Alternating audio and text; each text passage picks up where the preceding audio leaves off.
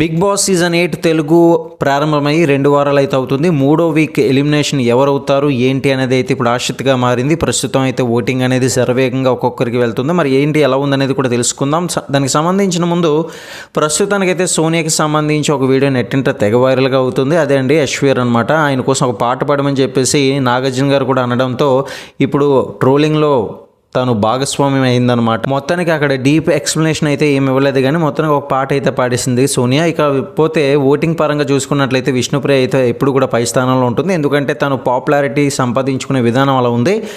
అయితే నిఖిల్ లేకపోవడంతో విష్ణుప్రియ అయితే మొదటి స్థానంలో ఉంది. సెకండ్గా చూసుకున్నట్లయితే మణికంఠ. మరి ఓటింగ్ కూడా ఎస్టిమేషన్ చెప్పుకున్నట్లయితే కనుక విష్ణుప్రియకి 24.4% ఉన్నదన్నమాట. అయితే మణికంఠకి 20% ఉంది.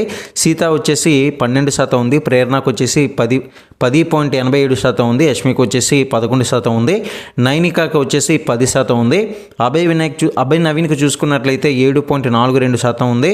ఇక పృథ్వీరాజ్ అయితే లాస్ట్లో ఉన్నాడు. ఇక నిజానికి యష్మికి బాగా ట్రెండ్ అయితే అయింది. ఫుల్గా ఈమె బయటికి వెళ్ళిపోతుంది థర్డ్ వీక్ అని అయితే అంతా అనుకున్నారు. మరి ఇది కరెక్ట్గా అవుతుందా, లేకపోతే అనుకున్న దానికంటే విభిన్నంగా మొత్తానికి బయటికి పృథ్వీ వెళ్ళిపోయే అవకాశాలు ఉంటుందా అనేది అయితే వెయిట్ చేయాల్సిందే. వచ్చే ప్రతి ఒక్క అప్డేట్స్ ఫాలో అవ్వండి.